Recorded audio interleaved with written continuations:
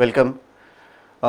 છેલ્લે આપણે ડીએનએ વિશેની વાત કરી હતી, જેમાં વોટસન અને ક્રિક એમણે જે બેવડું કુંતલમય સ્વરૂપ એનું રજૂ કર્યું છે એની થોડી ઘણી ચર્ચા છેલ્લે કરી છે. તો લગભગ જોવા જઈએ તો 1950 પછી એટલે કે 20મી સદીમાં 20મી સદીના મધ્યમાં 1953ની અંદર ડીએનએનું જે મોડેલ રજૂ થયું છે બેવડું કુંતલમય, એ પછી એક જે સૌથી મહત્વનો સંશોધનનો મુદ્દો એની અંદર જે ગોઠવણી છે ડીએનએ એની અંદર ન્યુક્લિયોટાઇડની જે ગોઠવણી છે એ કઈ રીતે થાય છે, બરાબર છે. તો તમને જે મુદ્દાની ખબર છે, તમે જે ઘટનાક્રમને જાણો છો ગોઠવણીના, કે ડીએનએ બેવડી કુંતલ છે તો સામસામેના આ એક ન્યુક્લિયોટાઇડ છે, આ બીજો ન્યુક્લિયોટાઇડ છે સામસામેનો, તો એ એકબીજા સાથે હાઇડ્રોજન બંધથી જોડાય છે એવું તમને ખ્યાલ છે, બરાબર છે. તો હવે આ સાઈડની શૃંખલા આ સાઈડની શૃંખલા બંનેની અંદર આ ન્યુક્લિયોટાઇડના જે નાઇટ્રોજન બેઝ છે એની ગોઠવણી કઈ રીતે થાય, બરાબર છે. પ્યુરિન છે કે પિરિમિડિન છે, એની જે ગોઠવણી છે એ ગોઠવણી કઈ રીતે થાય છે, બરાબર છે. એના અનુક્રમ કઈ રીતે જળવાય છે, એના વિશેની સૌ પ્રથમ સંકલ્પના રજૂ કરી છે ચાર્ગોફ નામના વૈજ્ઞાનિકે, બરાબર છે. એટલે એ જે સંકલ્પના છે એની વાત હવે આપણે કરીએ. ચાર્ગોફના જે નિયમ છે એની આપણે વાત કરીએ. તો સૌથી પહેલા ડીએનએની બેવડી કુંતલમય જે રજૂઆત છે એના મોડેલની જે રજૂઆત છે, બરાબર છે, કે એ કઈ રીતે એકચ્યુઅલી ગોઠવણી પામ્યું છે, તો એ ચાર્ગોફ દ્વારા, ઇરવિન ચાર્ગોફ દ્વારા રજૂ કરવામાં આવ્યું છે, બરાબર છે. તો હવે એણે શું તમારી સામે મૂક્યું છે, શું રજૂ કર્યું છે, તો એડેનિન અને થાઇમિન આ બે વચ્ચે જોડાણ થાય છે, બરાબર છે. તો એક બાજુ રહેશે એડેનિન, એક બાજુ રહેશે થાઇમિન. એડેનિન છે એ પ્યુરિન છે અને થાઇમિન છે એ પિરિમિડિન છે, બરાબર છે. એ જ પ્રમાણે ગ્વાનિન અને સાઇટોસિનની વચ્ચે જોડાણ થાય છે. આઈ રિપીટ, ગ્વાનિન અને સાઇટોસિનની વચ્ચે જોડાણ થાય છે. ગ્વાનિન પ્યુરિન છે અને સાઇટોસિન પિરિમિડિન છે. તો હંમેશા જોડાણ એક બાજુથી પ્યુરિન હશે, બીજી બાજુથી પિરિમિડિન હશે. પ્યુરિન અને પિરિમિડિન સામસામે જોડાણ કરશે. આ એક નિયમ છે. પ્યુરિન પ્યુરિન વચ્ચે જોડાણ નહીં થાય, પિરિમિડિન પિરિમિડિન વચ્ચે જોડાણ નહીં થાય. નિયમ પ્રમાણે એક બાજુ પ્યુરિન હોય તો બીજી બાજુ પિરિમિડિન હોય, આમ બાજુ પિરિમિડિન છે તો સામે પ્યુરિન હશે. આ જ પ્રમાણે એનું જોડાણ થશે. તો આ એક મુદ્દો છે ખાસ યાદ રાખવાનો. આ સૌથી પહેલી રજૂઆત, આ પ્રકારની રજૂઆત ચાર્ગોફે કરેલી છે. ઓકે, એડેનિન અને થાઇમિન તથા ગ્વાનિન અને સાઇટોસિન વચ્ચેનું પ્રમાણ અચળ છે અને એકબીજાથી સમાન રહે છે હંમેશા, બરાબર છે. તો એ શું સમજાવવા માંગે છે તમને, કે પ્યુરિન અને પિરિમિડિન, બરાબર છે, એડેનિન અને થાઇમિન, ગ્વાનિન અને સાઇટોસિનની વચ્ચેનું પ્રમાણ અચળ રહે છે. તો એનો મતલબ શું છે? એડેનિન અને ગ્વાનિન, બરાબર છે, તો એડેનિનની સામે શું હોય તો કે થાઇમિન હશે, ગ્વાનિનની સામે શું હશે? સાઇટોસિન, બરાબર છે. આ બે પ્રકારના જો ન્યુક્લિયોટાઇડની વાત કરીએ તો જેટલા એડેનિન હશે એટલા થાઇમિન હશે, જેટલા ગ્વાનિન હશે એટલા જ સાઇટોસિન હશે. આવું કહી શકાય ને? Yes or no? Thumbs up. Ready? Okay. હવે એ કેવા શું માંગે છે? જુઓ, એડેનિન અને ગ્વાનિન જેટલા હશે ને, એડેનિન અને ગ્વાનિન જેટલા હશે ને, સામે એટલા જ થાઇમિન અને સાઇટોસિન હશે, બરાબર છે. રેડી છે વાત આખી? આ પહેલી સંકલ્પના જે એને સમજાવી, આ પહેલો નિયમ એને સમજાવ્યો છે. ક્લિયર થઈ ગઈ વાત? ઓકે. એનો મતલબ એવો નથી કે એડેનિન પ્લસ થાઇમિન જેટલા હશે એટલા જ સાઇટોસિન અને ગ્વાનિન હોવા જોઈએ. એ જરૂરી નથી. પાછું હોઈ શકે એ અલગ વાત છે, ફરજિયાત નથી. એટલે જેટલા બેઝ પેર આ હોય એટલા જ બેઝ પેર આ હોય એવું જરૂરી નથી. આ એમાં લખેલું નથી નિયમમાં. હું તમને એક્સ્ટ્રા કહું છું, રાઈટ? એડેનિન ને થાઇમિનની જેટલી જોડ છે એટલી જ જોડ સાઇટોસિન ને ગ્વાનિનની હોય એવું જરૂરી નથી. ક્લિયર થઈ ગયું? એમાં વેરિએશન હોઈ શકે. નિયમ પ્રમાણે તમને જે વ્યાખ્યા સમજાવી એની સમજૂતી મેં ઉપર આપી છે.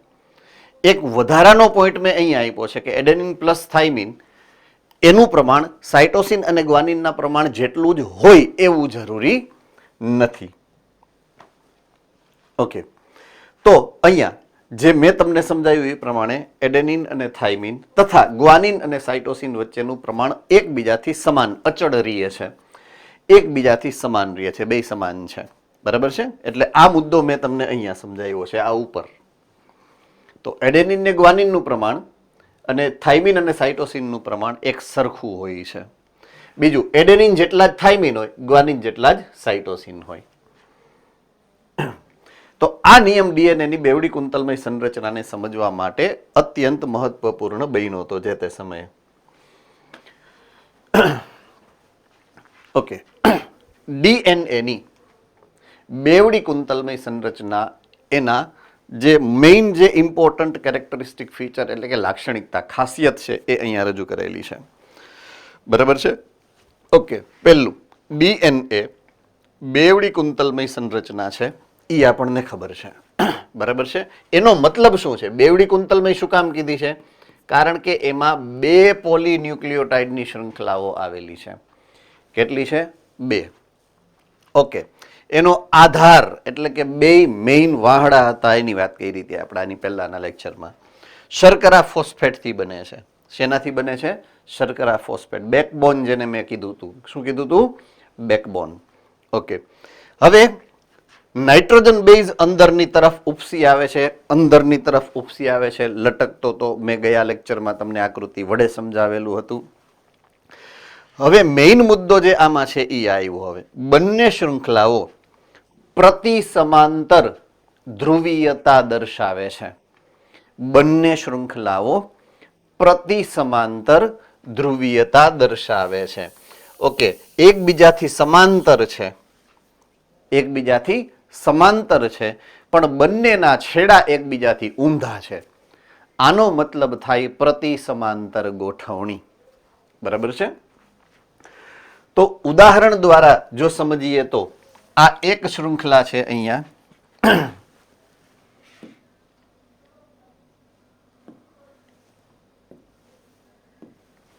ઓકે, આ શૃંખલા નંબર 1 છે, એક બાજુની શૃંખલા છે, અને આ એની પછીની આ બીજીની એની સામેની શૃંખલા છે, શૃંખલા નંબર 2. તો આ 2 શૃંખલાઓ અહીંયા રજૂ કરેલી છે. બરાબર છે? તો એમાં જે પ્રથમ શૃંખલા છે, એક બાજુની જે અહીંયાની શૃંખલા છે, એમાં આ છેડો છે ને એ 5 પ્રાઇમ છેડો છે અને આ છેડો છે એ 3 પ્રાઇમ છેડો કહેવાય. હવે આનો મતલબ શું કાઢવાનો છે? 3 પ્રાઇમ છેડો અને 5 પ્રાઇમ છેડો કોને ખબર છે? હેન્ડ રેઝ કરો જોઈએ. જેને આ ચેપ્ટર ચાલી ગયું છે એને તો એટલીસ્ટ ખબર હોવી જોઈએ. 3 પ્રાઇમ છેડો અને 5 પ્રાઇમ છેડો. ઓકે, અમરેલી સેન્ટરમાં સૌથી પહેલો હાથ ઉપર થયો તો.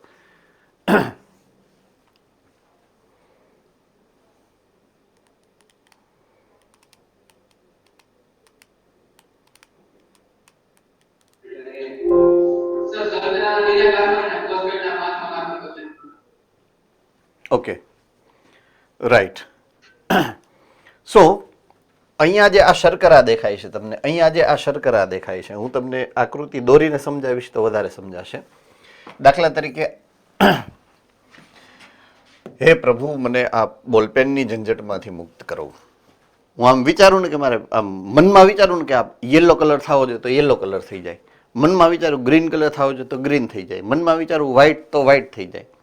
ઓટોમેટિક હોવી જોઈએ. એઆઈ આવવું જોઈએ આ પેનની અંદર, પણ નથી આવતું. કાંઈ વાંધો નહીં, આપણે ચલાવી લઈએ છીએ. બરાબર? તમારા માટે જાન કુરબાન છે. હવે આ પેન તો કુરબાન કરવી પડે ને. ચાલો, આ છે નાઇટ્રોજન બેઝ, તમને ખબર છે. આ છે શુગર એટલે કે શર્કરા, અને અહીંયા આવશે એ છે ફોસ્ફેટ અણુ. આવું આપણે આની પહેલા પણ જોયું હતું. આ બીજા એના પછીનો ક્રમિક ન્યુક્લિયોટાઇડ છે. આ છે એની શર્કરા, આ છે એનો નાઇટ્રોજન બેઝ અને આ છે એનો ફોસ્ફેટનો અણુ. આ ફોસ્ફેટનો અણુ અહીંયા જોડાયેલો છે. આ થઈ ગયો ફોસ્ફોડાયસ્ટર બંધ. આવું આપણે આની પહેલાના લેક્ચરમાં સમજ્યા છીએ, બધાને યાદ છે? All right, good. હવે હું કાર્બનના સંખ્યાની વાત કરું છું, નંબરની વાત કરું છું. કાર્બન નંબર, શર્કરાના કાર્બનના નંબરની વાત કરું તો આ છે 1 નંબરનો કાર્બન, આ છે 2 નંબરનો કાર્બન, આ છે 3 નંબરનો કાર્બન, આ છે 4 નંબરનો કાર્બન અને અહીંયા હોય 5 નંબરનો કાર્બન. એવી વાત આપણે છેલ્લે સમજ્યા છીએ. સેમ વસ્તુ લાગુ પડે અહીંયા. 1 નંબરનો કાર્બન, આ છે 2 નંબરનો કાર્બન, આ છે 3 નંબરનો કાર્બન, આ છે 4 નંબરનો કાર્બન, અહીંયા આવશે 5 નંબરનો કાર્બન. તો સે ફોર એક્ઝામ્પલ હું અહીંયા આમ વાત કરું આ ડાયરેક્શનની, તો એની એક બાજુ આ 3 નંબરનો કાર્બન નેક્સ્ટ જોડાવા માટે તૈયાર છે. એટલે આ છેડાને હું કહીશ 3 પ્રાઇમ છેડો. બરાબર છે? અને અહીંયા જુઓ તમે તો 5 નંબરનો કાર્બન છે એટલે આ છેડાને કહીશું 5 પ્રાઇમ છેડો. આવો અર્થ કાઢવાનો છે. આ રીતે એને યાદ રાખવાનું છે. 5 પ્રાઇમ કોને કહેવાય અને 3 પ્રાઇમ કોને કહેવાય. રેડી છે બધું? બરાબર છે? ઓકે. તો ફ્રી પ્રાઇમ 1 નો અહીંયાથી આવશે, રાઈટ? 5 પ્રાઇમ અને 3 પ્રાઇમ. તો એની સામે અહીંયા આ 3 પ્રાઇમની સામે 5 પ્રાઇમ છેડો હોય અને 5 પ્રાઇમની સામે 3 પ્રાઇમ છેડો હોય. ડાયરેક્શન એટલે દિશા. કોઈ પણ ન્યુક્લિક એસિડની શૃંખલા છે એની દિશા હંમેશા 5 પ્રાઇમ થી 3 પ્રાઇમ જ ગણવાની. એસ્પાયર સુરત, કોઈ પ્રોબ્લેમ છે બેટા? તો હું અહીંયા આવીને સોલ્યુશન કરી જાઉં કે બ્લૂટૂથથી કરી નાખું તો ચાલશે? ચાલશે? બ્લૂટૂથથી પહોંચી જશે ને? ઓકે. દિશા હંમેશા 5 પ્રાઇમ થી 3 પ્રાઇમ ગણવાની છે આપણે. 5 પ્રાઇમ થી 3 એટલે આમ સીધી લીટી થાય, આ સીધી લીટી આમ થાય, 5 પ્રાઇમ થી 3 પ્રાઇમ. એટલે તમે જુઓ આમ એકબીજાથી ઊંધી દિશામાં જાય છે.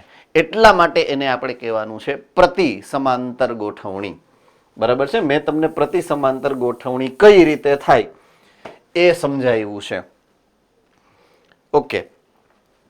આ બે વચ્ચેનું અંતર, આ બંને શૃંખલા વચ્ચેનું અંતર, ફરીથી કહું છું, આ બંને શૃંખલા વચ્ચેનું અંતર જે છે એ એક સરખું જળવાઈને રહીએ 20 આર્મસ્ટ્રોંગ જેટલું અથવા તો 2.0 નેનોમીટર જેટલું.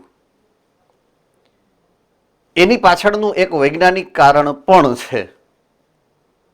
બરાબર છે?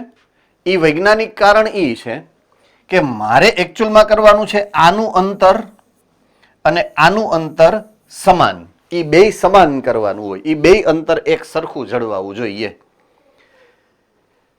સમજવાની વાત છે આખી. કે દાખલા તરીકે હું એમ કહું કે આ ડબલ રિંગ છે, ઓલી AI વાળી પેનની જરૂરિયાત જો એટલા માટે પડે મારે. બરાબર છે? આ ડબલ રિંગ છે દાખલા તરીકે,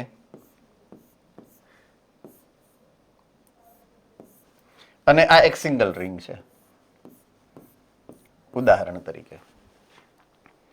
આ બે વચ્ચે જોડાણ થયું એટલે કે આ છે પ્યુરિન અને આ છે પિરિમિડિન. હવે એની બદલે જો એક બાજુ પિરિમિડિન હોત અને બીજી બાજુ સામે પણ પિરિમિડિન હોત, બંધ લંબાઈ તો સરખી હોય, તો એની વચ્ચેનું અંતર કેટલું થઈ જાત? આ અંતરથી કેટલું બધું નાનું થઈ જાત? ઊંધું કરીએ આપણે, બે બાજુ પિરિમિડિન હોત,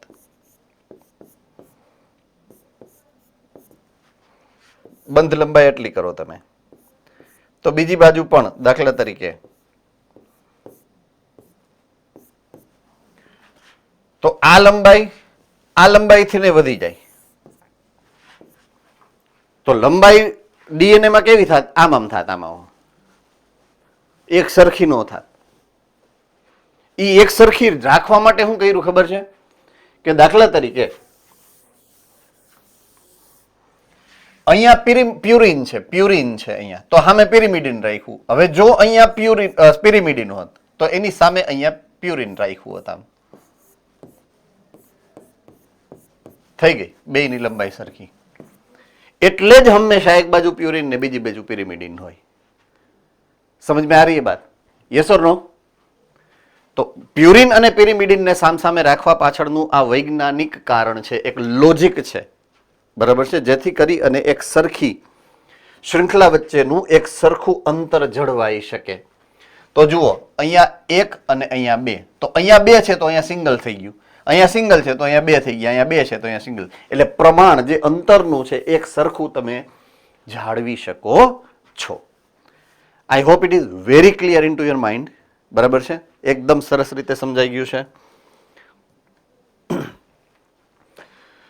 હવે બેઝ વચ્ચેનું જોડાણ જે તમે ઓલરેડી જાણો જ છો કે બંને શૃંખલાઓના સામસામેના બેઝ છે. એડેનિન સામે થાઇમિન અને ગ્વાનિન સામે સાઇટોસિન જે છે, બરાબર છે, એ એકબીજા વચ્ચે હાઇડ્રોજન બંધથી જોડાય.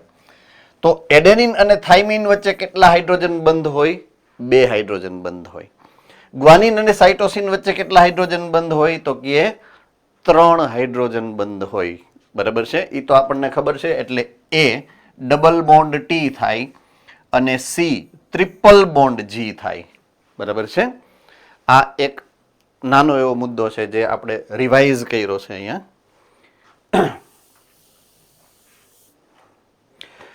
તો પરિણામ સ્વરૂપે પ્યુરિનની સામે હંમેશા પિરિમિડિન આવે, જેનાથી કુંતલની બંને શૃંખલાઓ વચ્ચે લગભગ સમાન અંતર જળવાઈને રહે છે. એ સમાન અંતર મેં કીધું તમને એ પ્રમાણે 2.0 નેનોમીટર અથવા તો 20 એંગસ્ટ્રોમ હોય છે. રેડી? આમાં કોઈને કઈ ડાઉટ છે? આ મુદ્દો સમજાયો એમાં? All right.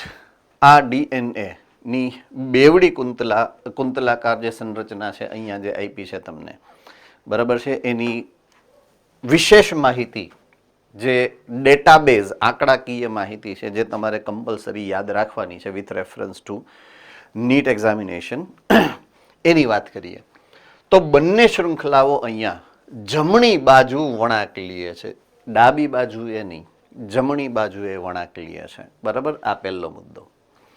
મુદ્દા નંબર 2, કુંતલનો વળાંક 3.4 નેનોમીટર.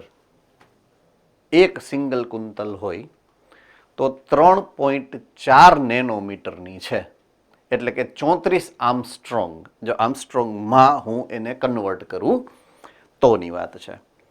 બરાબર છે. એક સિંગલ ગર્તનો મતલબ શું કરવાનો? દાખલા તરીકે મેં અહીંયાથી શરૂ કર્યું ગણવાનું, આ ગર્તની ગણતરી મેં અહીંયાથી શરૂ કરી તો 180 ડિગ્રીએ ટર્ન લઈને એ અહીંયા આવે છે. આ અડધું થયું ગર્ત. અહીંયાથી પાછો અહીંયા આવે એટલે આ આખે આખું ગર્ત અહીંયા પૂરું થયું. 360 ડિગ્રી ટર્ન લે એટલે આટલો ભાગ છે ને એને એક સિંગલ કુંતલ કહેવાય, એક ગર્ત કહેવાય. તો ઈ આ કુંતલનો એક ગર્ત જે લખેલો છે એનો મતલબ તમારે કાઢવાનો છે અહીંયાથી અહીંયા સુધીનો. તો એમાં તમે ન્યુક્લિયોટાઇડના બેઝ પેરની જો સંખ્યા ગણો તો 10 થાય. કેટલી થાય? 10. હ્યુમન ડીએનએમાં, મનુષ્યનું જે ડીએનએ છે એની અંદર આ સંખ્યા જે છે એક ગર્તની 10 સંખ્યા હોય બેઝ પેરની, જેની લંબાઈ છે 3.4 નેનોમીટર. બરાબર છે. તો પ્રત્યેક વળાંકની અંદર મેં કીધું એમ 10 બેઝ જોડ જોવા મળશે તમને. કેટલી? 10 બેઝ જોડ જોવા મળે છે. એનું મતલબ એવો કાઢવાનો કે બે ક્રમિક ન્યુક્લિયોટાઇડ વચ્ચેનું જે અંતર છે, જો આનું ટોટલ અંતર તમે 3.4 નેનોમીટર ગણતા હો તો આ બે વચ્ચેનું અંતર તમારે ગણવું પડે 0.34 નેનોમીટર. કેટલું ગણવું પડે? 0.34 નેનોમીટર. બે ક્રમિક જોડ વચ્ચેનું અંતર 0.34 નેનોમીટર થાય. જો આર્મસ્ટ્રોંગમાં ક્વેશ્ચન આવશે તો અહીંયા આવશે 34 આર્મસ્ટ્રોંગ અને અહીંયા આવશે 3.4 આર્મસ્ટ્રોંગ. જો આર્મસ્ટ્રોંગમાં ક્વેશ્ચન આવશે તોની વાત છે. બેવડા કુંતલમાં એક બેઝ જોડ ઉપર બીજી બેઝ જોડ આવેલી હોય, 1 by 1 ક્રમિક હોય, બરાબર છે. હાઇડ્રોજન બંધ કુંતલમય રચનાને સ્થાયિત્વ પ્રદાન કરે છે. સ્થાયિત્વ, આ બહુ જ મહત્વનો પોઈન્ટ આવ્યો. આપણે અગાઉ ડીએનએ અને આરએનએ વચ્ચેનો જે તફાવતનો મુદ્દો છે એમાં એક પોઈન્ટ હાઇલાઇટિંગ પોઈન્ટ તરીકે લીધો હતો કે આરએનએ ઓછું સ્થાયી છે અને એની સાપેક્ષે ડીએનએ વધુ સ્થાયી છે. એમાં પહેલો તફાવત મેં તમને એ સમજાવ્યો હતો કે આરએનએમાં યુરાસિલ છે, બરાબર છે, અને એને ચેન્જ કરી અને ડીએનએમાં થાઇમિન રાખ્યો વધારે સ્થાયિત્વ માટે થઈને. પણ એ એક જ કારણ નથી વધારે સ્થાયિત્વનું. વધારે સ્થાયિત્વનું બીજું કારણ આ પણ છે, હાઇડ્રોજન બંધ. બેવડી કુંતલમય રચના બનાવી દીધી જેને કારણે અસંખ્ય હાઇડ્રોજન બંધ એને મળ્યા છે. એડેનિન ને ગ્વાનિન વચ્ચે ડબલ, સાઇટોસિન અને એડેનિન અને થાઇમિન વચ્ચે ડબલ અને સાઇટોસિન ગ્વાનિન વચ્ચે ટ્રિપલ. તો કેટલા કુલ બંધ થાય વિચારો જોઈએ. તમામ હાઇડ્રોજન બંધની જે શક્તિ છે એનો એ બહુગુણન કરો તો ઘણા બધા પ્રકારની ઘણા બધા પ્રમાણમાં એ શક્તિ છે એને મળે છે. એ સ્થાયિત્વ પ્રદાન કરવા માટે એને મદદ કરશે. તો આ પણ એક અગત્યનો મુદ્દો છે સ્થાયિત્વ હોવાનો. તો ડીએનએ પાસે આ હાઇડ્રોજન બંધ છે એ પણ એને સ્થાયિત્વ પ્રદાન કરવા માટે એક અગત્યનું માધ્યમ બનશે. ચાલો, આમાં કોઈને કાંઈ ડાઉટ છે બેટા? કોઈને કાંઈ ડાઉટ? All right.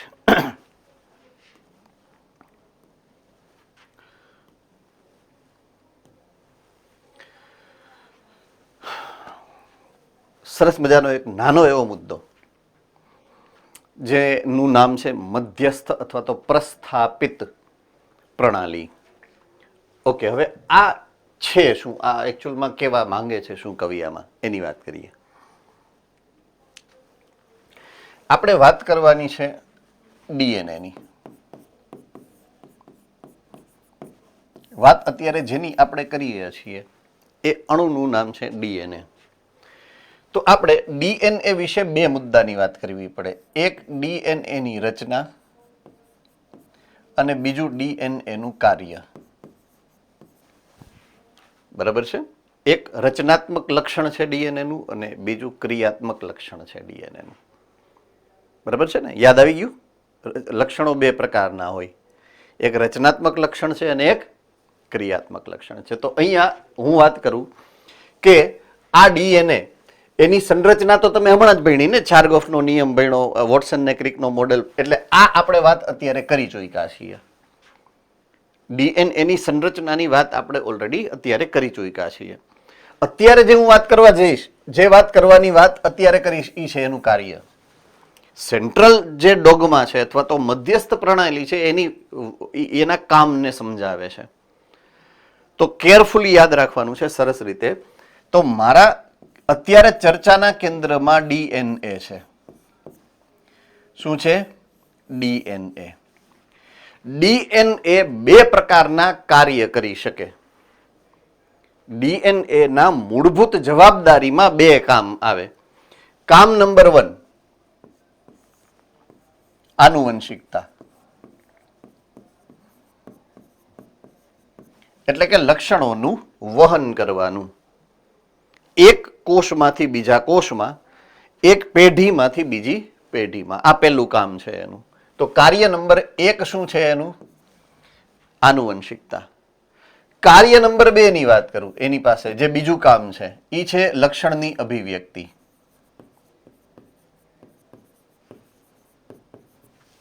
લક્ષણને અભિવ્યક્ત પણ કરવાનું છે એને, ડીએનએ. બરાબર છે? આટલું સમજાય છે? હા કે ના? તો અભિવ્યક્તિમાં મેં તમને એવું સમજાવ્યું હતું, અભિવ્યક્તિનો મતલબ થાય આ.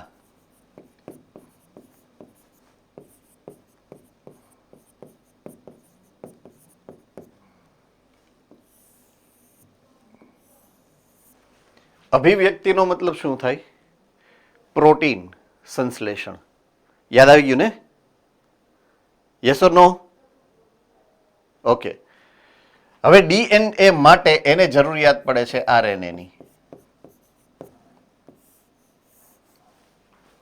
તો ડીએનએ માંથી આરએનએ બનશે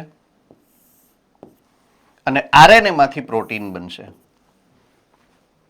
આઈ રિપીટ, ડીએનએ માંથી આરએનએ બનશે અને આરએનએ માંથી પ્રોટીન બનશે. આ આખી ક્રિયાવિધિ છે ને, આ આખી ક્રિયાવિધિ એ અભિવ્યક્તિ માટેની છે.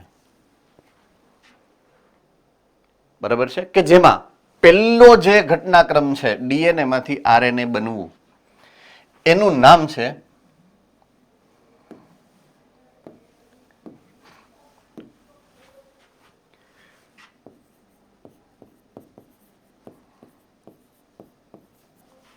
પ્રત્યાંકન. આ ઘટનાને પ્રત્યાંકનની ઘટના કહેવાની છે. હવે આરએનએ કે જે માહિતી ધરાવે છે, સંકેત ધરાવે છે કોઈ ચોક્કસ પ્રોટીનના, જે ન્યુક્લિક એસિડ છે, ન્યુક્લિક એસિડમાંથી પ્રોટીન બને, તો એ ઘટનાક્રમને આપણે ભણશું ભાષાંતરણ તરીકે. ભાષાંતરણ થાય છે એનું. તો આ બે ઘટનાક્રમ આ ડીએનએ કરે છે. ડીએનએ માંથી પેલા પ્રત્યાંકન થાય, આરએનએ બને, આરએનએ નું ભાષાંતરણ થાય અને પ્રોટીન બને. આ રીતે અભિવ્યક્તિ કરે.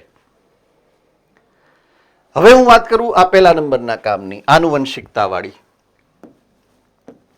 બરાબર છે?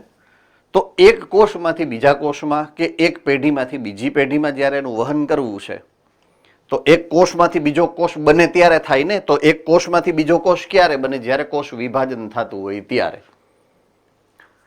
તો કોષ વિભાજન સમયે એ પોતાનું જે ડીએનએ છે જૂના કોષનું, એ નવા કોષને દેવા માટે થઈ અને એની કોપી કરે છે. ડીએનએ ઉપરથી ડીએનએ બને છે. આમાં ડીએનએ ઉપરથી આરએનએ બને, આમાં ડીએનએ ઉપરથી ડીએનએ બને છે. તો ડીએનએ ઉપરથી ડીએનએ બનવાની ઘટનાને તમે શું કહો છો? પોતાને ને પોતાને ઈ બનાવે છે. Yes Bhuj centre? ગુડ. સ્વયં એટલે પોતાના જેવું જ. સ્વયં જનન. પોતે ને પોતે પોતાના જેવો જ બીજો અણુ બનાવે, સ્વયં જનન કરે છે. રેડી? આટલું સમજાણું? ઓકે. આ ઘટના ક્યારે બને? તો કે કોષ વિભાજન સમયે. ક્યારે? એસ તબક્કામાં. આ ઘટના ક્યારે બને? તો કે દરેક કોષના સામાન્ય ચયાપચય દરમિયાન.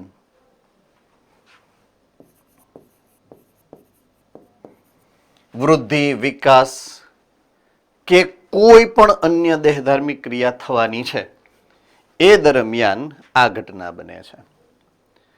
તો આ જે મિકેનિઝમ છે, આ જે રજૂઆત છે, એ ના કેન્દ્રમાં ડીએનએ છે અને આ ડીએનએ ના જ કામ છે બધા. એટલે એને મધ્યસ્થ પ્રણાલી કહેવાય, સેન્ટ્રલ ડોગમા. બરાબર છે? તો આ રીતે તમારે એને સમજવું પડે.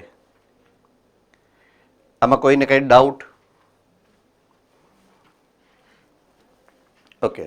સો સેમ વસ્તુ ને અહીંયા અલગ સ્વરૂપે રજૂ કરેલું છે.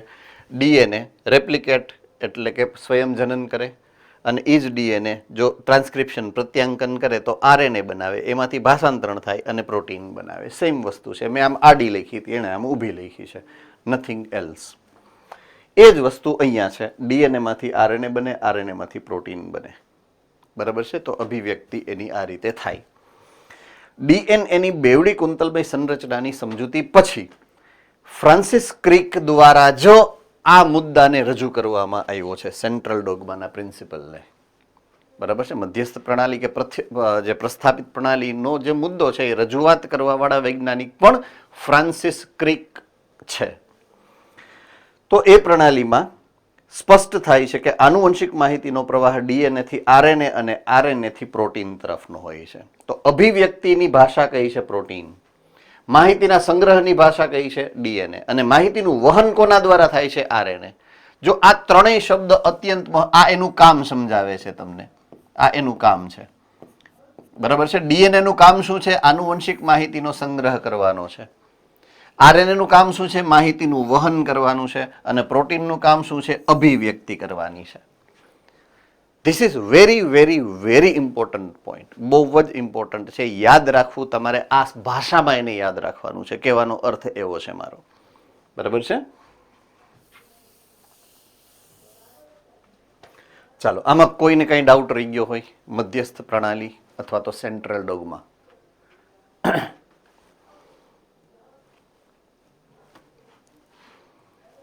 ઓકે, હવે વાત કરીએ એક સ્ટેપ આગળની. સરસ એવો ઇમ્પોર્ટન્ટ મુદ્દો છે. નામ છે ડીએનએના કુંતલ, એના પેકેજિંગની. તો ડીએનએનું સ્વરૂપ તો તમે ઓળખો જ છો, બેવડું કુંતલમય સ્વરૂપ છે. હવે પેકેજિંગનો મતલબ શું થાય, બરાબર છે, એનું થોડુંક સમજવાનો પ્રયત્ન કરીએ. કે તમારું દેહ છે, શરીર છે, તમારા દેહની અંદર તમારા અંગતંત્રો છે. અંગતંત્રમાં અંગ છે, અંગમાં પેશી છે, અને પેશીમાં કોષ છે. કોષોમાં કોષ કેન્દ્ર છે, બરાબર છે. કોષ કેન્દ્રના કદની જો સાપેક્ષ સરખામણી કરો, બરાબર છે, તો આ સૂક્ષ્મ કદ હોય આનું ડેફિનેટલી.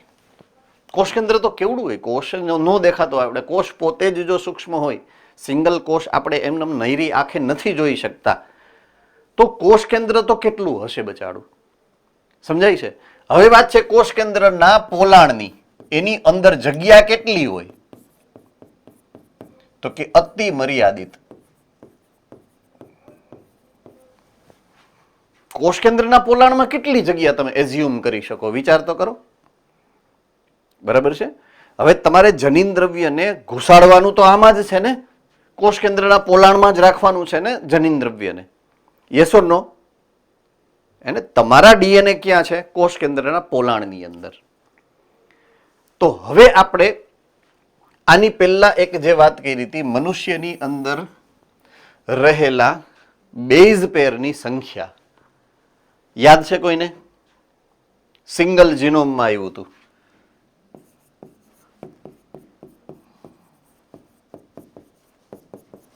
બેઝ પેરની સંખ્યા બોલો, જુનાગઢ વાળા બોલો. 3.3 × 10⁻². તો કુલ સંખ્યા કેટલી થાય? ઇન્ટુ 2, એટલે કે 6.6 ઇન્ટુ 10⁹ બેઝ પેર. હવે એની લંબાઈ, કુલ લંબાઈ કેટલી હોઈ શકે એ ગણવી છે આપણે. તો બે બેઝ પેર વચ્ચેનું અંતર કેટલું છે? બે બેઝ પેર વચ્ચેનું અંતર હમણાં થોડીક વાર પહેલા જ ગણ્યું હતું, તમે ભૂલી ગયા? ઓકે, ભુજ 3.4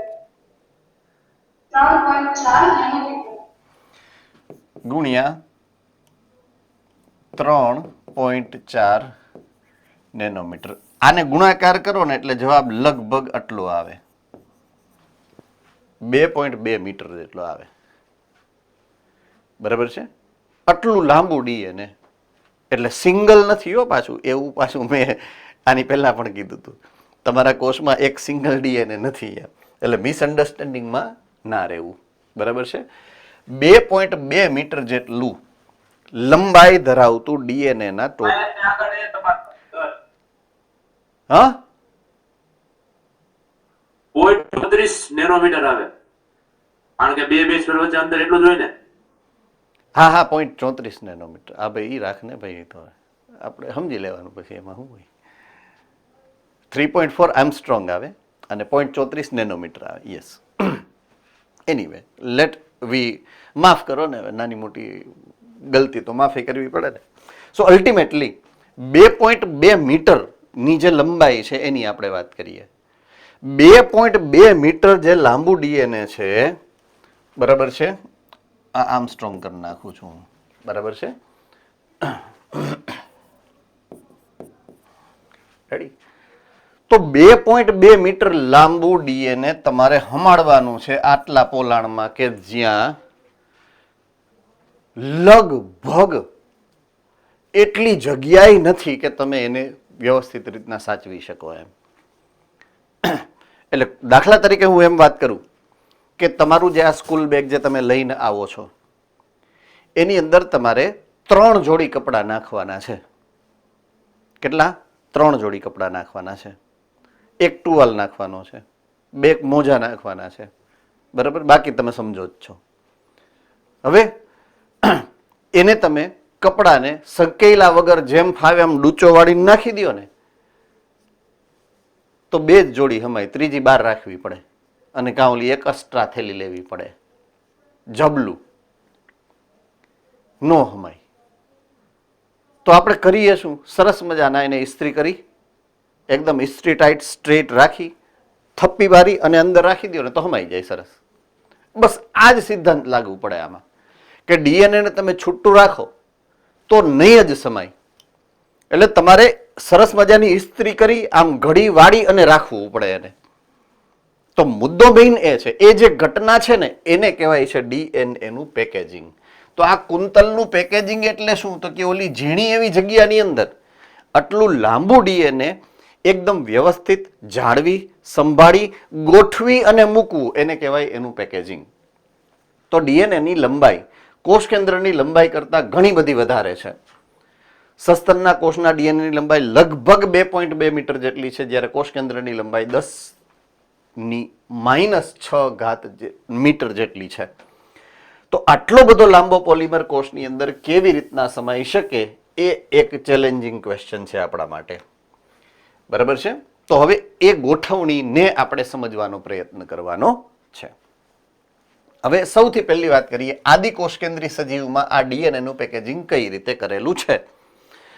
તો આદિ કોષ કેન્દ્રી જેવા કે ઈ કોલાઈ એમાં સુવિકસિત કોષ કેન્દ્ર તો છે નહીં, એટલે કઈ ઉપાધિ જ નથી. નહાએગા ક્યાં, નિચોડેગા ક્યાં, બરાબર છે? અહીંયા એની પાસે કોષ કેન્દ્ર નથી, એટલે કોષ કેન્દ્રની અંદર રાખવું એ એના માટે જરૂરી નથી. એના માટે તો આખો કોષ રસ છે કે જેની અંદર ઈ એને રાખી શકે છે. તો સુવિકસિત કોષ કેન્દ્રનો અભાવ છે, છતાં પણ એમાં ડીએનએ છૂટું તો મૂક્યું જ નથી. તોય નથી મૂક્યું, બોલો. તોય એને પેકેજિંગ કરીને જ મૂકવામાં આવ્યું છે. ને એ પેકેજિંગનું નામ સરસ મજાનું શું છે? ન્યુક્લિઓઇડ. શું નામ છે? ન્યુક્લિઓઇડ. અને બીજું એક જે ડીએનએ છે એની પાસે એ છે પ્લાઝમિડ. તો 2 સ્વરૂપે એનું પેકેજિંગ છે, બરાબર છે? ઓકે. જ્યારે હું ન્યુક્લિઓઇડની વાત કરીશ, ન્યુક્લિઓઇડ છે, જો ખાસ ટેકનિકલ શબ્દ લખું છું હું, એ ન્યુક્લિયો પ્રોટીન છે.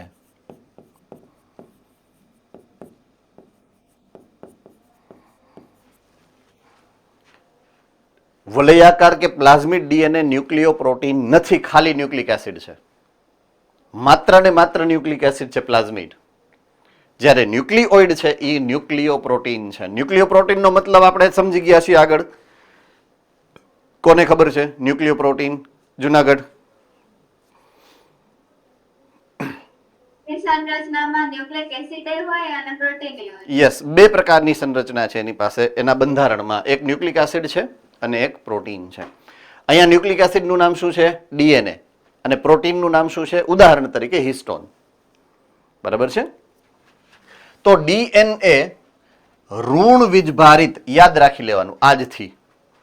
ડીએનએ કેવું છે? ઋણ. જો આપણે આવી ગયું છે બાયોટેકનોલોજીમાં ભણ્યા હતા, યાદ આવી ગયું. ડીએનએ ઋણ વીજભારિત હોય,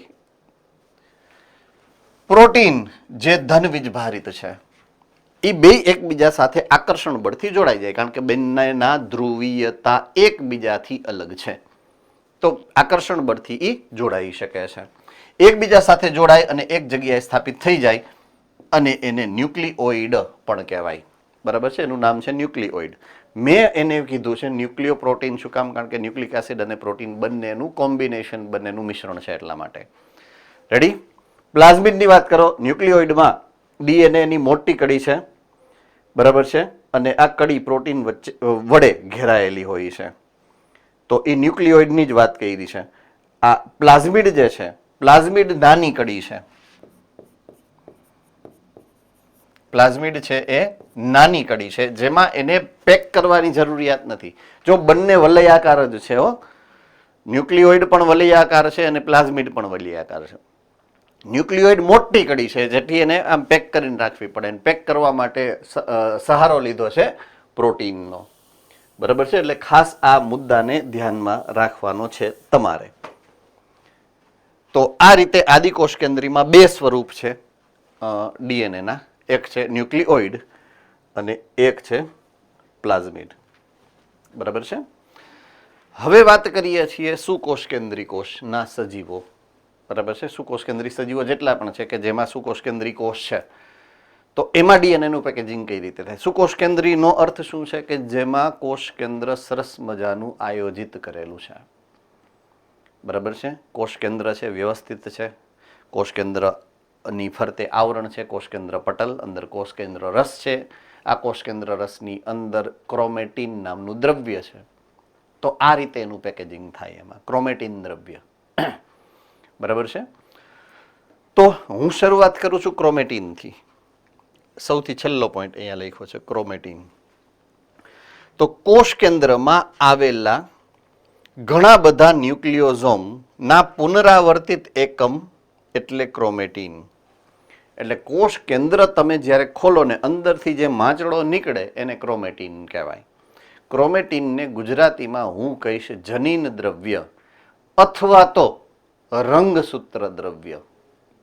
બરાબર છે, ક્રોમેટીનને હું કહીશ જનીન દ્રવ્ય અથવા તો રંગસૂત્ર દ્રવ્ય.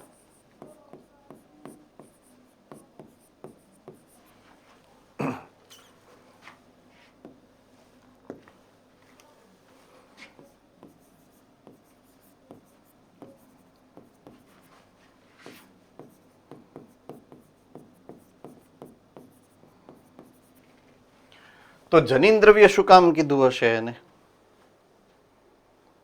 એનું નામ જનીન દ્રવ્ય એવું શું કામ પડ્યું હોવું જોઈએ તમારા મતે, according to you? Amreli centre.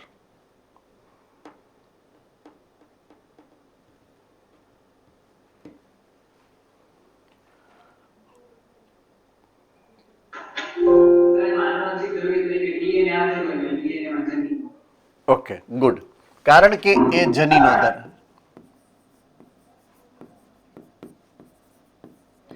એની ઉપર જનીનો છે, જનીનો ધરાવે છે, એટલા માટે એને આપણે નામ પાડ્યું છે જનીન દ્રવ્ય. તો હવે રંગસૂત્ર દ્રવ્ય શું કામ નામ પાડ્યું હશે? બીજું નામ એનું રંગસૂત્ર દ્રવ્ય પણ છે. તો રંગસૂત્ર દ્રવ્ય શું કામ કહેવાય? યસ, જુનાગઢ. કારણ કે જ્યારે કોષ વિભાજન થાય ત્યારે પૂર્વાવસ્થા આવશે, એનું સંકોચન રંગસૂત્રમાં થશે. યસ, રંગસૂત્ર આમાંથી બને છે.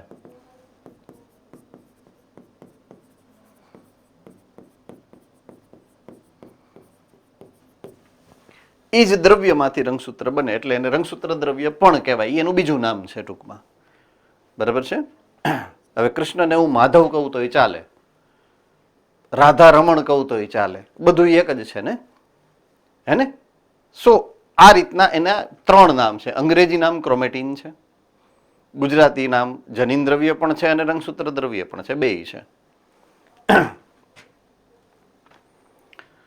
તો અહીંયાથી શરૂ થાય આપણી સ્ટોરી. રાઈટ? ઓકે. હવે અહીંયા જે છેલ્લો આકૃતિનો જે છેલ્લો મુદ્દો દેખાય છે તમને, આ એ છે તમારું રંગસૂત્ર. પણ રંગસૂત્ર સંકોચિત સ્વરૂપ છે, સંકોચિત સ્વરૂપ. બરાબર છે. હવે એને હું ખેંચું છું, આમ ખેંચું છું તો આવા તાંતણા નીકળે. આ ડીએનએના તાંતણા છે. એ કોઈ એક તાંતણાને મેં ઝૂમ કરીને મોટો કર્યો, આ સ્વરૂપને મેં ઝૂમ કર્યું એટલે મને આવું દેખાય છે, આવું. ફરીથી મેં એને ખેંચ્યું, આમ ખેંચ્યું એટલે ફરી પાછું આવું થયું. બરાબર છે. ફરીથી એ એવું થયું. હવે એને મેં ઝૂમ કર્યું, આને મેં ઝૂમ કર્યું તો મને આવું દેખાણું. રેડી? ફરી પાછું મેં એને ખેંચ્યું તો આવું બની ગયું.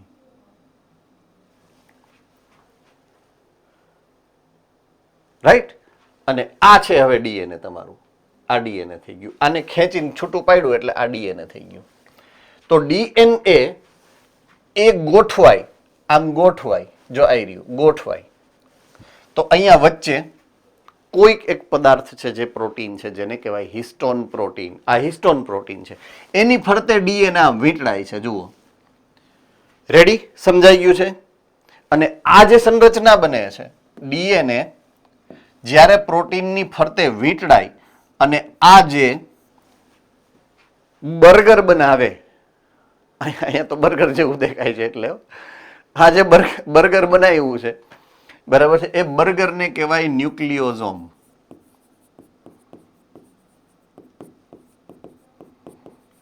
બર્ગરને શું કહેવાય? ન્યુક્લિયોઝોમ. બરાબર છે? તો આ આવ્યું હવે ન્યુક્લિયોઝોમ. આ ઓલી AI વાળી પેન હોય તો કેવી મજા આવે. હું ક્યારનો કહું છું યા કે અહીંયા આવું તો કલર બદલી જાય.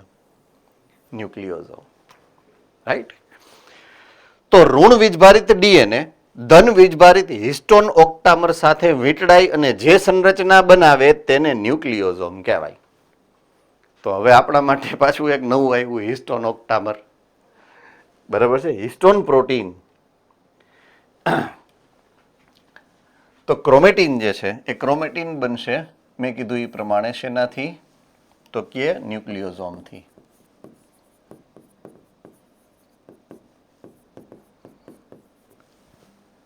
ન્યુક્લિયોઝોમમાં ડીએનએ પણ છે અને હિસ્ટોન પણ છે. આ હિસ્ટોનની જે ગોઠવણી છે, બરાબર છે, વલયાકાર પ્રોટીન છે હિસ્ટોન. કેવું છે? વલયાકાર પ્રોટીન. આ એક વલયાકાર પ્રોટીનનો એક અણુ, એવો આ બીજો અણુ, આ ત્રીજો અણુ અને આ ચોથો અણુ, આવા 4 અણુ લીધા. એની પાછળ બીજા એવા 4 આવ્યા. તો 8 અણુ છે ટોટલ. કેટલા છે? 8 અણુ છે આવા. આ જે રચના છે ને એને હિસ્ટોન ઓક્ટામર કહેવાય.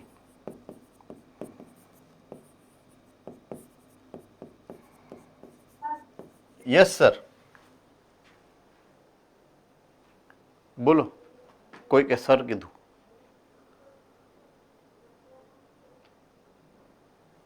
એની મેળાએ અવાજ ઉત્પન્ન થયો એવું હશે? અચ્છા, કઈ વાંધો નહીં, થાય એવું ક્યારેક. આડાવડું ખવાઈ ગયું હોય ત્યારે ખાસ થાય, હે ને? ઓકે, તો હિસ્ટોન ઓક્ટામર છે, એની ફરતે ડીએનએ વીંટળાય. રાઈટ? ડીએનએ કઈ રીતના વીંટળાય? એ આમ એની ફરતે આમ ચક્કર મારીને આમ પાછું આવે. આ ડીએનએ છે એવું આપણે માની લઈએ.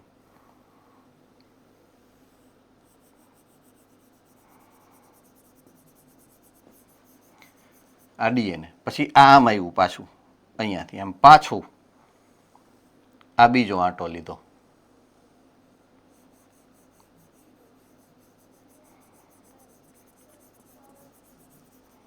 બીજો આંટો લઈ અને અહીંયાથી આમ બહાર નીકળી જાય નીચેથી. અહીંયાથી આવ્યું એક આંટો, આ બીજો આંટો બહાર નીકળી ગયો. બરાબર છે? એવા 2 આંટા મારે. હિસ્ટોન ઓક્ટામરની ફરતે એવા 2 આંટા મારે. રેડી? આમાં કોઈને કઈ ડાઉટ ખરો? Okay, good. તો હિસ્ટોન ઓક્ટામરનો મતલબ તમારે આ રીતે કાઢવાનો છે.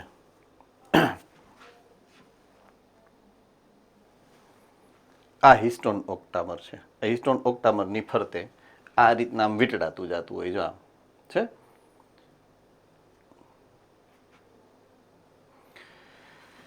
હવે ઈ જ્યારે વીંટળાઈ જાય, ઈ જ્યારે અહીંયા વીંટળાઈ જાય, ક્યાં ગુડાણું, હા, ત્યારે ઈ પાછું સરળતાથી છૂટું ન પડી જાય ને, એટલે અહીંયા એક બીજો પ્રોટીન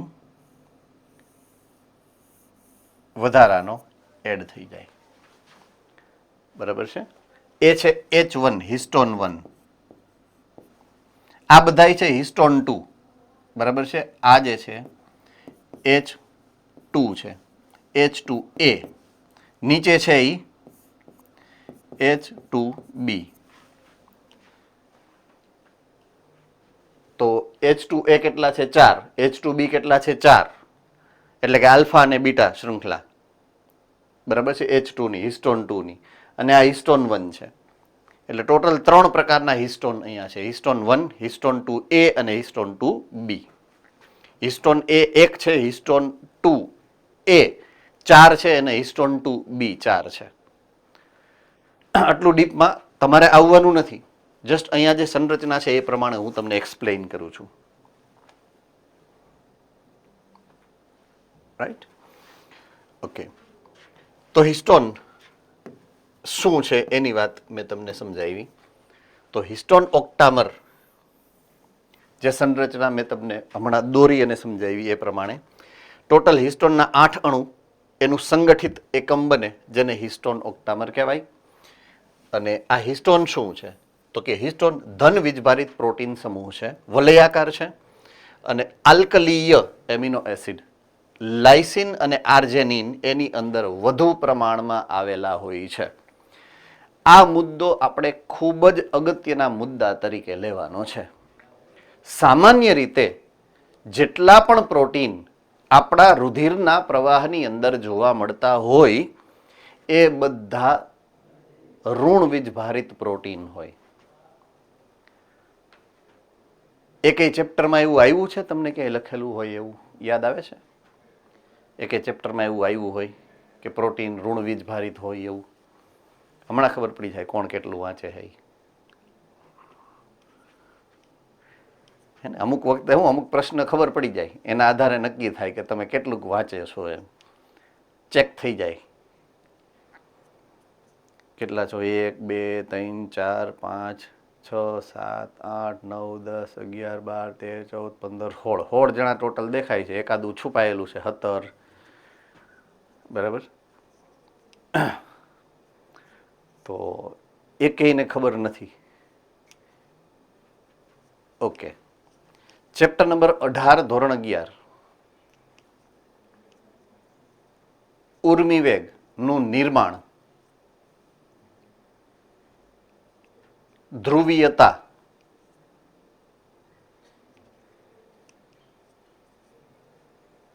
શું છે? ધ્રુવીયતા શું છે?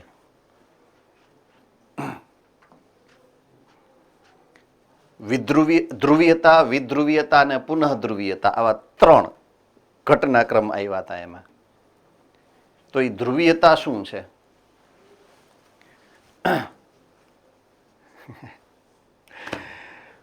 ઓકે, એ જે કોષ છે, ચેતાકોષ, એના કોષરસની અંદર અને કોષરસની બહાર ધ્રુવીયતાનો તફાવત છે. ઓકે, જો કોકને યાદ આવ્યું રાજકોટ ગુરુકુળમાં, આમ થોડુંક થોડુંક બોલવા માંડું ને એટલે બધું યાદ આવવા માંડે, એવું હોય.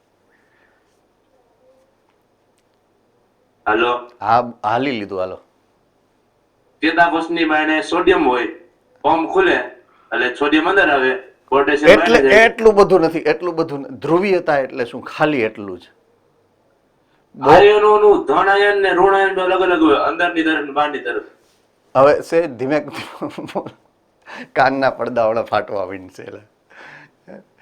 ઓકે, બહારની બાજુએ કયો વીજભાર હોય? ધન આયન, અંદરની બાજુએ ઋણ આયન, પ્રોટીન.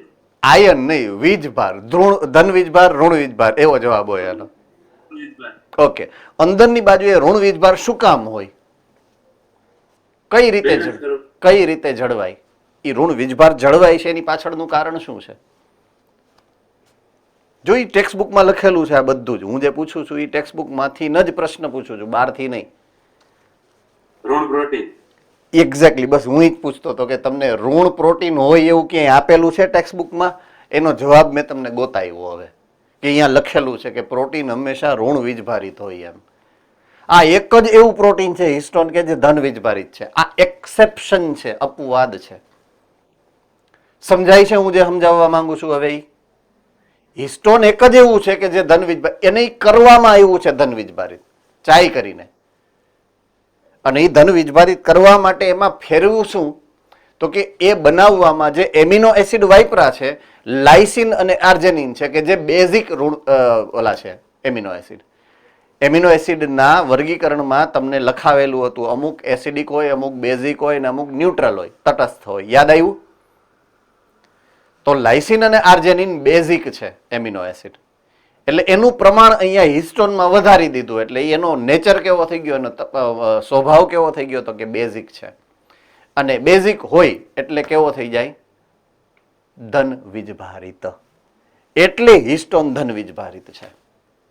સમજ में आ गई बात पूरी? यस और नो? હા કે ના? All right. સો આ બહુ અગત્યનો મુદ્દો છે, મોસ્ટ ઇમ્પોર્ટન્ટ મુદ્દો છે જે યાદ રાખવાનો છે તમારે.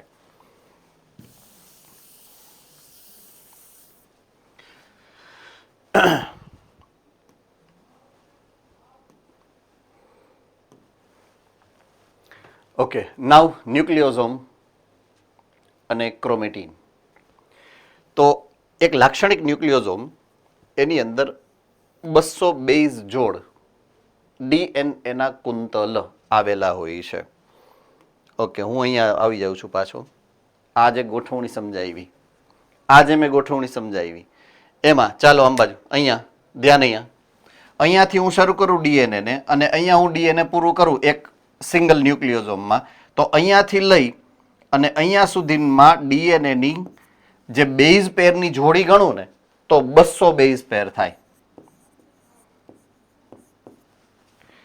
200 બેઝ પેર હોય ડીએનએ માં. જે આ એક ન્યુક્લિયોઝોમમાં 200 બેઝ પેર હોય. બરાબર છે? એવું અહીંયા લખેલું છે કે એક લાક્ષણિક ન્યુક્લિયોઝોમ 200 બેઝ જોડની ડીએનએ ની કુંતલ જે છે એની અંદર આવેલી ગોઠવાયેલી હોય. ઇલેક્ટ્રોન માઇક્રોસ્કોપમાં જોતા ક્રોમેટીનમાં આવેલા ન્યુક્લિયોઝોમ દોરીમાં પરોવેલા મણકા જેવા દેખાય. જો આવી રહ્યું બીડ ઓન અ સ્ટ્રિંગ. બરાબર છે? તો એ મોડેલનું નામ પડ્યું બીડ ઓન સ્ટ્રિંગ મોડેલ અથવા તો દોરીમાં પરોવેલા મણકાનો મોડેલ, એવું એનું નામ પડ્યું. એની ગોઠવણી આ પ્રકારની છે. આપણે કેમ વોટસન અને ક્રિકે ડીએનએ નું મોડેલ રજૂ કર્યું, એનું એક નામ પડ્યું હતું. શું હતું? બેવડું કુંતલમય જે ડીએનએ છે એ મોડેલ. એમ આ મોડેલનું નામ શું પડ્યું? દોરીમાં પરોવેલા મણકાનું મોડેલ, એટલે કે બીડ્સ ઓન સ્ટ્રિંગ મોડેલ. બરાબર છે? 1 માર્કનો પ્રશ્ન આવી શકે બોર્ડમાં, 2 માર્કના પ્રશ્નમાં પણ આવી શકે આ બધું. ન્યુક્લિયોઝોમની સંરચના, બીડ્સ ઓન સ્ટ્રિંગ મોડેલ વર્ણવો અથવા તો દોરીમાં પરોવેલ મણકાનું મોડેલ સમજાવો, આવો પ્રશ્ન આવી શકે. બરાબર છે?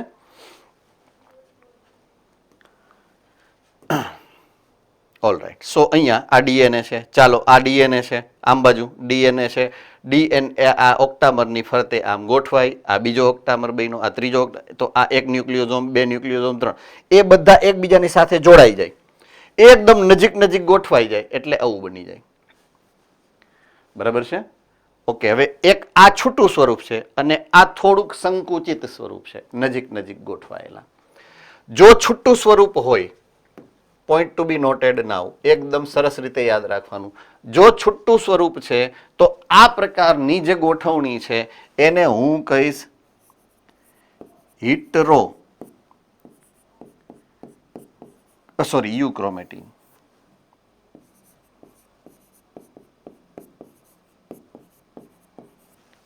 અને જો આપ એકદમ નજીકથી ગોઠવાયેલું હશે તો એને કહીશું હિટરોક્રોમેટીન.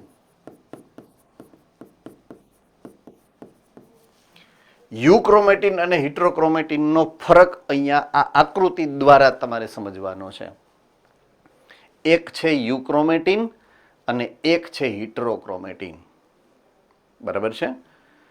તમારા જનીનિક બંધારણમાં એટલે કે જનીન દ્રવ્ય ક્રોમેટીનના 2 સ્વરૂપ જે વર્ણવેલા છે ચેપ્ટર નંબર 8 ધોરણ 11 માં. હિટરોક્રોમેટીન, યુક્રોમેટીન એવો શબ્દ આવ્યો હશે, યાદ પણ હશે, પણ મતલબ આજે સમજવાનો થયો તમારે. બરાબર છે? ઓકે, તમારા ક્રોમેટીનમાં આ 2 પ્રકાર હોય, હિટરોક્રોમેટીન પણ હોય અને યુક્રોમેટીન પણ હોય. આઈ રિપીટ, તમારા જનીન દ્રવ્યની અંદર આ બંને સ્વરૂપના જનીન દ્રવ્ય તમારા કોષમાં અત્યારે પણ આવેલા છે. તમારા કોષનો અમુક જથ્થો યુક્રોમેટીન છે, તમારા કોષનો મોટો જથ્થો હિટ્રોક્રોમેટિન છે. માત્ર અમુક જ ડીએનએ નું પ્રમાણ તમારું યુક્રોમેટિન હશે, બાકી બધું જ હિટ્રોક્રોમેટિન છે. ઓકે, આવું શું કામ? કોઈને ખબર છે? આવી ગોઠવણી કરવાનો અર્થ શું છે? Rajkot Gurukul.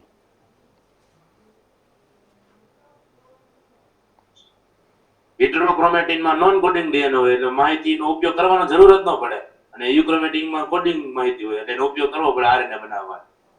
Okay, fine, right છે. કોઈ જેને કહેવાય ખોટો કોન્સેપ્ટ નથી, પણ હા હું સામાન્ય લેંગ્વેજમાં સમજાવવાનો પ્રયત્ન કરું, જેને ખબર નથી એના માટે ખાસ. બરાબર છે. એક ઉદાહરણ આપું. દાખલા તરીકે તમારી પાસે અત્યારે ઘણી બધી બુકો છે. ફિઝિક્સની બુક પણ છે તમારી પાસે, કેમેસ્ટ્રીની બુક પણ છે તમારી પાસે, બાયોલોજીની બુક પણ તમારી પાસે છે. બરાબર છે. પણ તમે અત્યારે જે ખોલીને બેઠા છો એ બુક બાયોલોજીની હશે કદાચ, હું એવું માની લઉં છું. શું કામ એવું? કારણ કે એની અત્યારે તમારે જરૂર છે, એટલા માટે. જે તમારે અત્યારે જરૂર છે એ કઈ બુકની જરૂર છે? તો કે બાયોલોજીની બુકની જરૂર છે. તો બીજી બુકની અત્યારે ક્યાં જરૂર છે? એટલે એને પેક કરીને જ રાખવાની વાત છે ને. બરાબર છે. તો હવે હું એક મહત્વનો મુદ્દો તમને સમજાવવા માંગુ છું કે તમારા શરીરના દરેક કોષો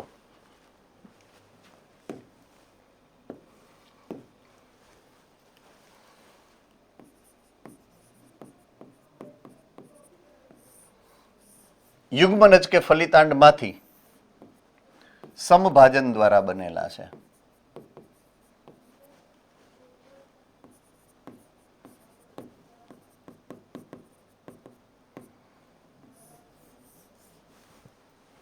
આમાં કોઈને કઈ વાંધો નથી ને? છે કોઈને કઈ વાંધો આમાં? તમારા શરીરના દરેક કોષ જે અત્યારે છે, બધા જ કોષો સમભાજનથી બનેલા છે. સમભાજનનો મતલબ શું થાય? કોણ કહી શકે? જનીન દ્રવ્યના સંદર્ભે. જનીન દ્રવ્યમાં ફેરફાર થાય કે સમાન પ્રકારનું જનીન દ્રવ્ય હોય? ભુજ ભુજ ઉતાવળા બહુ. સમાન. બરાબર. એનો મતલબ એ છે, જો હવે સમજો તમે, હવે હું મુદ્દો સમજાવવા માંગુ છું તમને. એનો મતલબ એવો છે કે એક કોષ હું લઉં, આંખનો કોષ,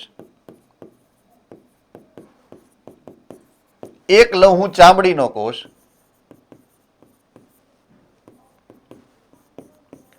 એક લઉં હું હાડકું,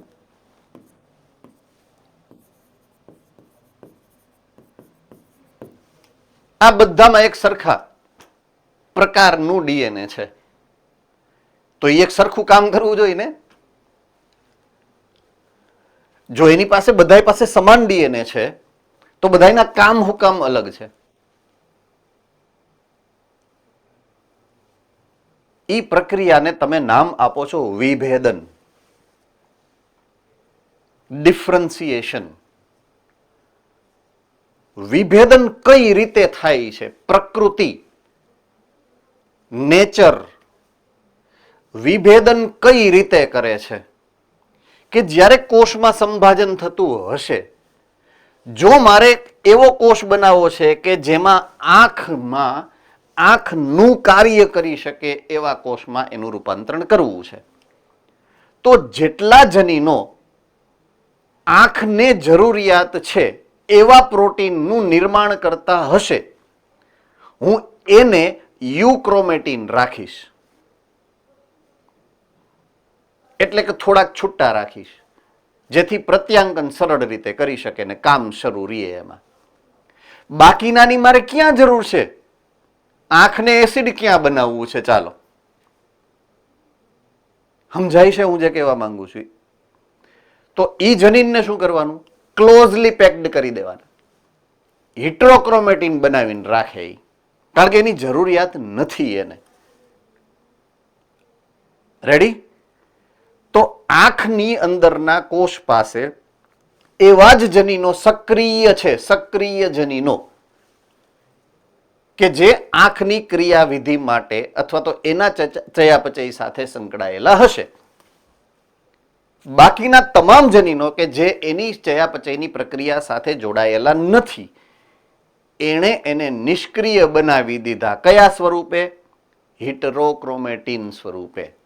કયા સ્વરૂપે? હિટરોક્રોમેટિન સ્વરૂપે. તો એના સંદર્ભે હું કહું તો યુક્રોમેટિન જે છે, આ યુક્રોમેટિન જે છે એ સક્રિય જનીનો ધરાવે છે. એટલે કે એનું પ્રત્યાંકન થાય છે, કારણ કે એનું ચયાપચયની જરૂરિયાત છે એને. અને હિટ્રોક્રોમેટિન કેવું છે? હિટ્રોક્રોમેટિન કેવું છે તો કે નિષ્ક્રિય જનીન ધરાવે છે. અને આ જનીનો પ્રત્યાંકન કરતા નથી, પર્ટિક્યુલરલી એ કોષની અંદર જે વિશિષ્ટ વિભેદન પામેલો છે એ કોષમાં. રેડી? આમાં કોઈને કાંઈ મુશ્કેલી છે? મેં જે સમજાવ્યું છે એ મુદ્દામાં કન્સેપ્ટ એકદમ ઇમ્પોર્ટન્ટ છે. ઘણા બધા અલગ અલગ મુદ્દાઓ અને ચેપ્ટર્સ સાથે સંકળાયેલો છે આ. બરાબર છે?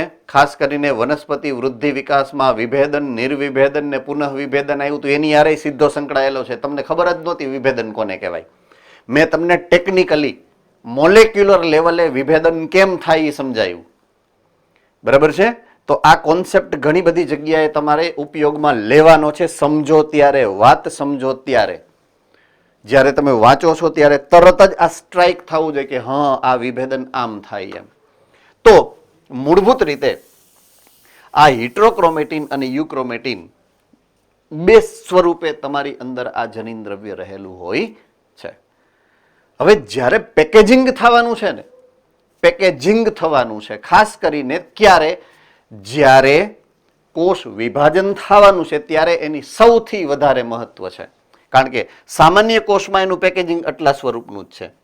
બરાબર છે? આ સામાન્ય કોષમાં છે. પણ જ્યારે વિભાજન થવાનું છે ત્યારે આટલી વધારાની જરૂરિયાત છે એની. વિભાજન સમયે, at the time of division, વિભાજન સમયે થાય શું? આ જે છે ને જેટલું યુક્રોમેટિન છે એ બધું જ હિટ્રોક્રોમેટિન થઈ જાય. જેટલું યુક્રોમેટિન છે એ બધું શું થઈ જાય? હિટ્રોક્રોમેટિન. હિટ્રોક્રોમેટિન પણ વધારે કુંતલમય સંરચના બનાવે. બરાબર છે? એ શું થાય? આવી રીતના જો આમ કરે, કુંતલ બને. બરાબર છે? કુંતલ બને એના. જો અહીંયા લખેલા છે, અહીંયા દેખાડેલા છે તમને. એનું કુંતલ બને. બરાબર છે? એક કુંતલ બનવાની પ્રક્રિયાને આ કહેવાય કોઇલ બને.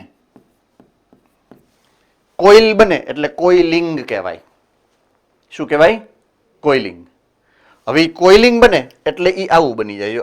આવું દેખાય તમને. આ હવે એનું પાછું કોઇલિંગ થાય આમ આમ. એટલે કોઇલિંગ નું પણ કોઇલિંગ થાય. એ ઘટનાક્રમને કહેવાય સુપર કોઇલિંગ.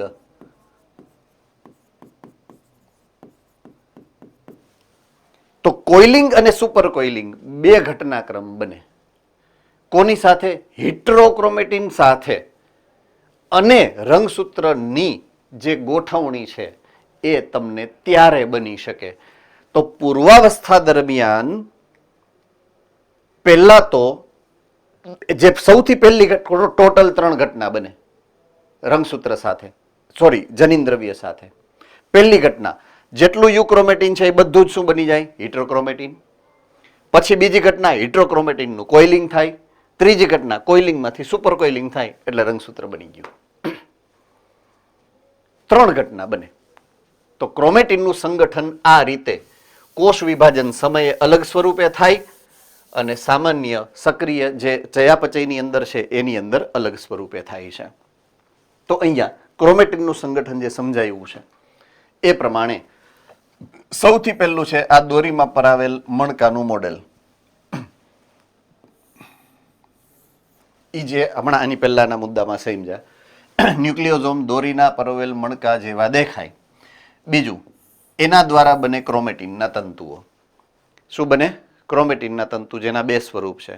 એક યુક્રોમેટિન, એક હિટ્રોક્રોમેટિન, જે મેં તમને સમજાવ્યું. બરાબર છે? આ દોરીમાં પરોવેલ મણકા છે યુક્રોમેટિન, પછી એનું સંગઠન થાય એટલે હિટ્રોક્રોમેટિન બને. તો એ ક્રોમેટિનના બે પ્રકારના તંતુઓની વાત કરી અને એમાંથી કોઇલિંગ અને સુપર કોઇલિંગ થાય એટલે ત્રીજું સ્વરૂપ બનશે એનું અને એ છે રંગસૂત્ર. કોષ વિભાજન દરમિયાન ભાજનાવસ્થા દરમિયાન ક્રોમેટિનના તંતુ વધારે ગૂંચળામય બને, સંગઠિત થઈ અને રંગસૂત્રની જે રચના કરે છે. તો અહીંયા ભાજનાવસ્થા એટલે એમ તબક્કો, એમ તબક્કામાં પહેલું પૂર્વાવસ્થા, એમાં આ ઘટના બને. બરાબર છે? બરાબર, એમ તબક્કાની પૂર્વાવસ્થાની અંદર આ ઘટના બને છે. ઓકે, ઉચ્ચ સ્તરે ક્રોમેટિનના પેકેજિંગ માટે વધારાના પ્રોટીનના સેટની જરૂરિયાત પડે, કારણ કે ડબલ થઈ જાય ને, 2 સેટ થઈ જાય ડીએનએના. એસ તબક્કામાં જનીન દ્રવ્ય બેવડાય કે ન બેવડાય? તો ડબલ કોણ બને છે? ડીએનએ બને છે કે હિસ્ટોન બને છે? ડીએનએ ડબલ થાય, હિસ્ટોનનું સ્વયંજનન નથી થતું. બરાબર છે? તો જે વધારાનું ડીએનએ બન્યું એનું પેકેજિંગ કેમ કરવું? હિસ્ટોન જેટલું છે એટલું તો સિંગલ ડીએનએના સેટ જેટલું જ છે, આપણી પાસે તો 2 સેટ છે. તો હવે એ બીજા સેટમાં કોને હલવાડવું? એટલે એક એક્સ્ટ્રા પ્રોટીન આપણી અંદર હોય. બરાબર છે? એક્સ્ટ્રા પ્રોટીન હોય, એનું નામ છે નોન હિસ્ટોન ક્રોમોઝોમલ પ્રોટીન. શું કહેવાય એને? નોન હિસ્ટોન ક્રોમોઝોમલ પ્રોટીન, NHC કહેવાય. તો NHC, જો પ્રોટીન 2 પ્રકારના છે, હિસ્ટોન અને બિન હિસ્ટોન, એવું શબ્દ આવ્યો તો યાદ છે? એ બિન હિસ્ટોન એટલે આ, નોન એટલે બિન હિસ્ટોન પ્રોટીન. તો એ બિન હિસ્ટોન પ્રોટીનની જરૂરિયાત ક્યારે પડે છે? કોષ વિભાજન સમયે રંગસૂત્રનું નિર્માણ થાય ત્યારે. આપણી પાસે જે હિસ્ટોન છે એ એક જ ડીએનએના સેટ પૂરતા છે. બીજા ડીએનએનો જે સેટ બને સ્વયંજનન દરમિયાન એને સંકોચાવવા માટે, એના પેકેજિંગ માટે તમારે NHCની જરૂરિયાત પડશે, બિન હિસ્ટોન પ્રોટીનની જરૂરિયાત પડશે. આ ખાસ યાદ રાખવાનું છે. બરાબર છે? એસ્પાયર સુરત તમે કેમ વ્યવસ્થિત શાંતિથી બેસીને સમજી ભણી નથી શકતા? ક્યાર ન જોઉં છું હું, આ શરૂ થયું ને લેક્ચર ત્યારનું 1-2 વાર મેં કહેવાની પ્રયત્ન કર્યો. તમને બધું આવડે છે તો એ પ્રમાણે તો બંધ થઈ જાવ જોઈન્ટ થવાનું. આવડતું જ હોય ને તમને એવું લાગે કે ખોટે ખોટો ટાઈમ પાસ થાય છે અને આ અર્થ વગરનું છે અહીંયા બેસવું, વાત જ કરવી વધારે મહત્વની છે તમારી બે વચ્ચે, તો પછી શું ખોટો ટાઈમ ના બગાડો એમ. વાત કરવી જો વધારે મહત્વની હોય સમજવા કરતા, તો એમાં વધારે ધ્યાન અપાય, મને એટલી ખબર પડે. હે ને? ઓલા ત્રીજા ભાઈ પાછળ છે એ કોણ છે? પહેલી જ વાર મને દેખાણા છે, કોણ છે? હે? મેથ્સ વાળા ભાઈ છે. તો તમારે એની યારે વાત કરવાની શું જરૂરિયાત પડે છે?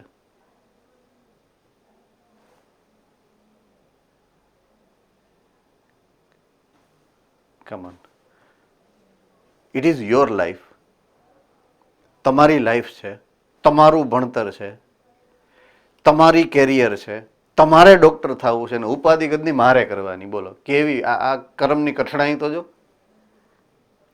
મારે ધ્યાન રાખવાનું કે તમે વાતું કરો છો કે નથી કરતા, મારે એવું ધ્યાન રાખવાનું કે તમે ભણો છો કે નહીં, મારે તમને ધ્યાન દોરવાનું. હે? આવું ચાલે? સારું, ચાલો 12:30 વાગી ચૂક્યા છે. હા બોલો બેટા. કોષ વિભાજનની ભાજના અવસ્થા લખ્યું છે. એટલે